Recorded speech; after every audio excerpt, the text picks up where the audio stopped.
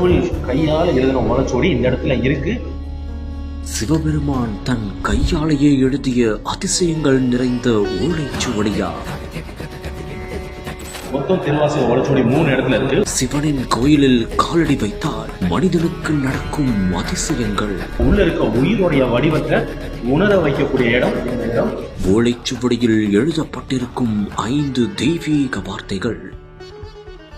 இந்த இடத்துல தான் சிவபெருமான் தன் கையால திருவாசகத்தை எழுதின ஓலைச்சுவடி இருக்க இடம். மொத்தம் திருவாசக ஓலைச்சுவடி 3 இடத்துல இருக்கு. ஒன்று ஆவுடையார் கோயில், திருப்பெருந்துறைங்கிற ஆத்மநாத சாமி இந்த கோயில்.